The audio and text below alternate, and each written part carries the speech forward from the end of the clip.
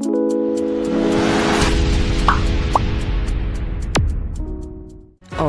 adalah seni. Ada pertanyaan menarik, ya, bagaimana cara mengatasi washout period. Jadi saya remind sedikit, mundur ke belakang ya, supaya Anda ingat pada mahasiswa terutama apa itu washout period. Ini salah satu bentuk uji klinik. Jadi bentuk uji klinik ada 3, ya, satu bentuk paralel yang ini, yang kedua bentuk crossover, bentuk silang, yang terakhir bentuk add-on. Nah, ini salah satu dalam bentuk paralel gitu ya. Jadi kita buat dulu kriteria inklusi, eksklusi, ya, kemudian menjadi sampel sebelum dikasih obat yang akan kita teliti dibanding kontrol positif atau kontrol negatif. Kalau kontrol positif itu artinya drug of choice, kalau kontrol negatif itu artinya placebo. Nah, sebelum dibagi 2 ini kita lakukan washout period 3,5 sampai 4 kali waktu paruh. Tolong diingat ya, untuk kasus-kasus tertentu, terutama untuk pengobatan jangka panjang, misal saya kasih contoh adalah SLE, itu nggak bisa tiba-tiba di stop ya, karena kita tolong diingat bahwa tidak semua obat bisa di stop secara mendadak yang menimbulkan withdrawal effect gitu ya. Ada 3 ini, steroid, alpha blocker, psikotropika. Jadi kalau penelitian tentang ketiga obat ini, bagaimana cara mengatasi? Itu yang dipertanyakan ya. Tetap pengen penelitian tentang ini, tentang penyakit terus, misalnya tentang SLE, rheumatoid arthritis, hipertensi yang menggunakan alpha blocker, psikotropika, misalnya gangguan kesehatan jiwa. Bagaimana untuk menghindari PO ini? Ya.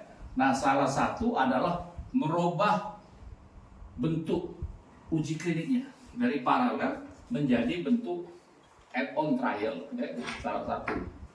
Nanti yang nomor 2-nya minggu depan kita jelaskan gitu ya. Salah satunya adalah dengan cara merubah bentuk paralel, bentuk uji klinik menjadi bentuk add-on. Misalnya SLE ya, kita tahu pengobatan utamanya menggunakan kortikosteroid ya, kortikosteroid ya. Dan saya tidak tahu di masing-masing center. Jadi kita ingat kortikosteroid terbagi 3 ya, kerja singkat, sedang, dan lama. Singkat misalnya kortison di bawah sekitar di bawah 24 jam, yang 24 jam lebih ini di atas 72 jam ya. Kalau kerja sedang prednisone, metilprednisolon, dan beta-betason kerja lama, dan dexamethasone. Jadi kortikosteroid ini pada SLE ini kita tahu ya. Jadi konsepnya adalah add-on trial adalah penambahan pengobatan standar dan obat baru. Nah, obat baru yang kita sebut add-on ya. Jadi ini misal contoh, saya kasih contoh pemberian vitamin C ya pada prednisolon dibandingkan metilprednisolon ya.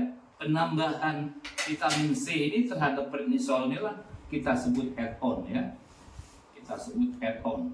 Atau dan juga di buku disebut adjuvan gitu ya.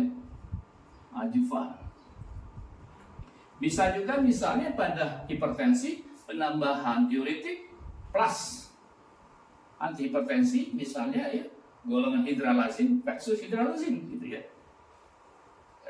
Itu dulu mungkin ya bisa saya sampaikan. Jadi salah satunya adalah merubah bentuk uji klinik dari bentuk paralel menjadi bentuk add-on trial. Jadi penambahan obat baru pada pengobatan standar ya.